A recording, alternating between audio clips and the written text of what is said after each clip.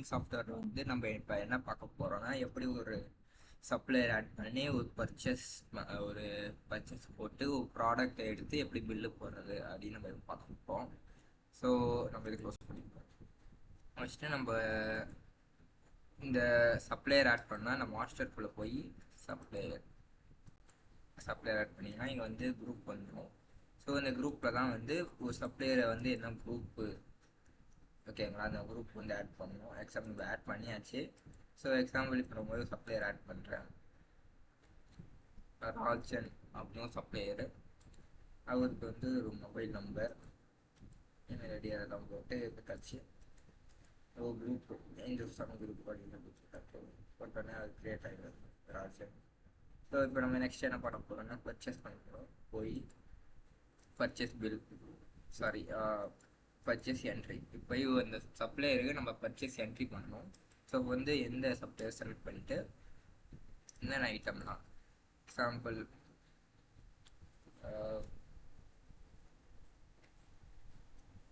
Karthi so next வந்து next product வந்து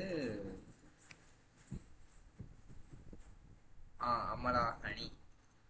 இது போட்டிங்கன்னா ஃப்ரண்ட்லேயே வந்துடும். குவான்டிட்டி ஒரு 10 குவான்டிட்டி. Next price. ஓகே, இப்போ நெக்ஸ்ட் இது ஈஸியாக இருக்கும் உங்களுக்கு, ஒரு என்ட்ரியில் எல்லாமே ஃபினிஷ் ஆகிடும். நெக்ஸ்ட் வந்து ஒரு அரிசியில் வந்து ஜவ் அரிசி 1 கிலோ. எவ்வளோ குவான்டிட்டினா 20 அடிச்சா ஓகே ஃபினிஷ். இப்போ வந்து நம்ம இன்வாய்ஸ் நம்பர் என்ட்ரி பண்ணலாம். இன்வாய்ஸ் நம்பர் வந்து 001 போட்டுப்போம்.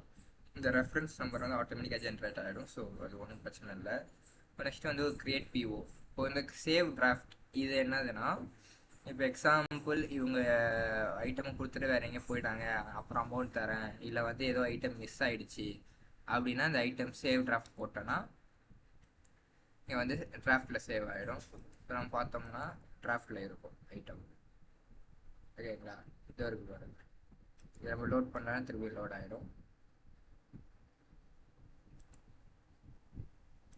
இது லோட் ஆகிடுச்சா, திருப்பி லோட் ஆகிடும். அது ஒரு பிரச்சனை இல்லை. இப்போ லோட் ஆகிட்ட பிறகு இப்போ வேறு ஏதாச்சும் ஐட்டம் ஆட் பண்ணணும், ஈஸியாக ஆட் பண்ணிக்கலாம்.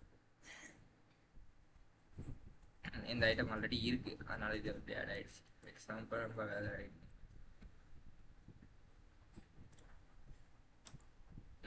ஆயிடுச்சா. இப்போ நம்ம என்ன பண்ணுவோம்னா கிரியேட் பிஓ நம்ம சப்ளையர் நம்பரை ஆட் பண்ணிட்டு கிரியேட் ஆகிடும். ஆனால் பர்ச்சேஸ் என்ட்ரி. இப்போ நெக்ஸ்ட் நீங்கள் பர்ச்சேஸ் என்ட்ரி போயிட்டு இந்த ராஜன் இவரை வந்து நீங்கள் செலக்ட் பண்ணிங்கன்னா அவரோட பில்லு வந்துடும்.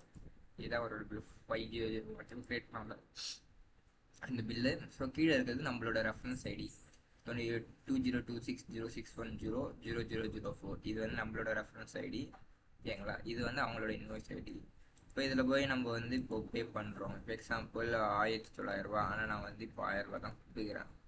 ஆனால் மீதி 901 ரூபா வந்து அப்புறம் கொடுக்குறேன். அப்படி பே பண்ணிட்டோம்னா பே ஆகிடும். மீதி இன்னும் பேலன்ஸ் வந்து 950 ரூபா பேலன்ஸ் வந்து நின்றுடும்.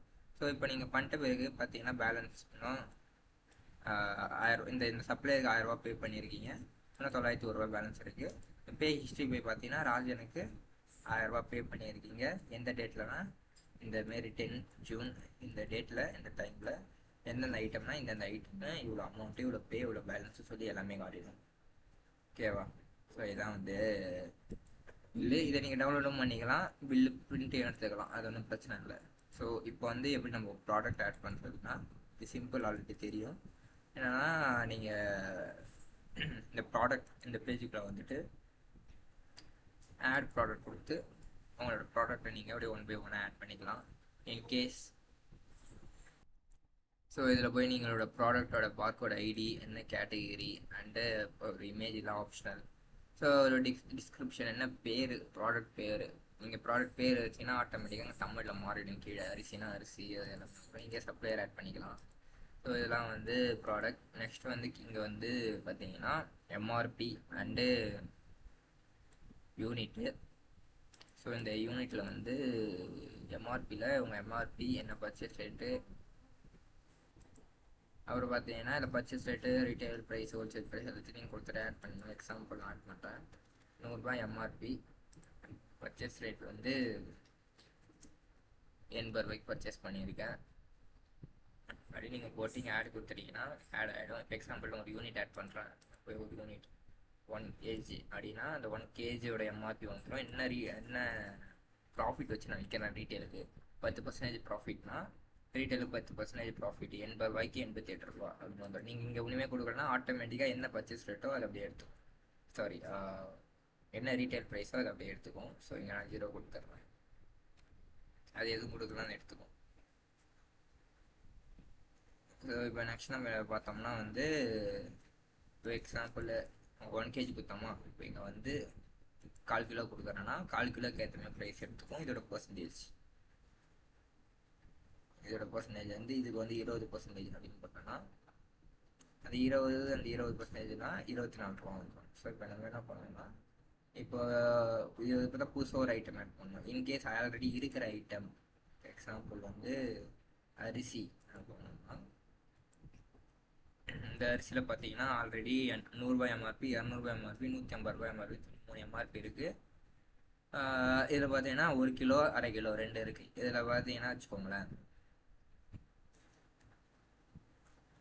இப்போ நான் 100 எம்ஆர்பி இருக்குது. இப்போ நான் என்ன பண்ணுறேன், 200 எம்ஆர்பி சேஞ்ச் பண்ணுறேன். 200 எம்ஆர்பி நான் சேஞ்ச் பண்ணேன். கீழே பார்த்தீங்கன்னா ஆட்டோமேட்டிக்காக 200 எம்ஆர்பிக்கு சேஞ்ச் ஆகிடும். இப்போ பார்த்தீங்கன்னா ரீட்டைல் ப்ரைஸ் 52.5.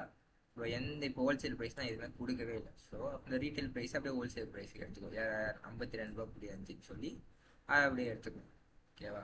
பர்ச்சேஸ் ரேட் 50 ரூபா, அதில் வந்து 5% வந்து ப்ராஃபிட் வச்சா 52.5. அப்புறம் ஹோல்சேல் ப்ரைஸ் கொடுக்கலன்னா 52.5 ஆட்டோமேட்டிக்காக அது எடுத்துக்கும். ஸோ இதே கான்செப்டில் தான் வந்து எல்லா கேஜிக்கும். எக்ஸாம்பிள் நீங்கள் 1/4 கிலோ கொடுத்தாலும் சேம் கான்செப்டில் தான் எடுக்கும். எல்லாமே ஒரே மாதிரி தான் இருக்கும், பிரச்சனை இல்லை. ஓகேவா? ஸோ இப்போ பல்க் அப்லோட் வந்தீங்கன்னா already know that bulk upload download டெம்ப்ளேட்டை டவுன்லோட் பண்ணிட்டு நீங்கள் போய் இந்த டெம்ப்ளேட்டில் ஆட் பண்ணிடணும். ஆட் பண்ணிவிட்டு இதில் வந்து நீங்கள் செலக்ட் எக்ஸல் கொடுத்து எந்த எக்ஸலில் நீங்கள் வந்து டேட்டாஸை ஃபில் பண்ணீங்களோ அந்த எக்ஸலை நீங்கள் செலக்ட் பண்ணி அப்லோட் பண்ணிட்டீங்கன்னா அந்த டேட்டாஸ் எல்லாமே வந்து உள்ளே என்ட்ரி ஆகிடும். ஓகேவா? ஸோ இதுதான் வந்து bulk upload concept.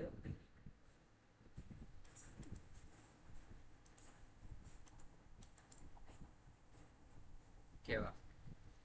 So next வந்து பிஓஎஸ் வந்து அவங்களுக்கு என்னென்ன ஃபீச்சர் இருக்குன்னா ஃபஸ்ட்டு இங்கே date, current bill number, customer detail and loyalty point.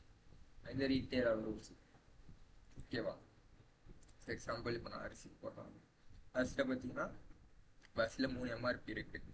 ஓகேங்களா? 100 ரூபா, 150 ரூபா, 200 ரூபா. கிளிக் பண்ணிங்கன்னா எல்லா எம்ஆர்பியும் சொல்லுவோம். இப்போ டிஃபால்ட்டாக நம்ம 100 ரூபா எம்ஆர்பி. ஓகே, இப்போ எக்ஸாம்பிள் நான் திருப்பியும் அரிசி போடுறேன் அப்படின்னா கேட்கும் 1/2 கிலோவா 1 கிலோவான்னு. எக்ஸாம்பிள் ஆல்ரெடி 1 கிலோ கொடுத்துருக்கேன், 1/2 கிலோ. ஓகேவா? 1/2 கிலோ கொடுத்தோன்னா 1/2 கிலோ தனியாக என்ட்ரி ஆகிடும், அது தனி அமௌண்ட். ஸோ இதேமாரி தான் எல்லாமே வந்து சொல்லுவோம். எக்ஸாம்பிள் இப்போ வந்து திருப்பி அரிசி நான் போடுறேன். இப்போ அரிசி நான் திருப்பி 1 கிலோ கொடுக்குறேன்னா 1 கிலோவில் 2 ஆயிடும். ஓகேங்களா? நான் திருப்பியும் அரிசி கொடுத்துட்டு திருப்பி 1/2 கிலோ அப்படின்னா கொடுக்குறேன்னா அது என்ட்ரி ஆகாது இப்போ. ஏன்னா அது வந்து 1 kg தான் இருக்குது. ஓகேவா? இப்போ என்ன பண்ணுறோன்னா இப்போ நெக்ஸ்ட் வேறு ஏதாச்சும் ப்ராடக்ட் சோப் அதனுடைய ஐட்டம்.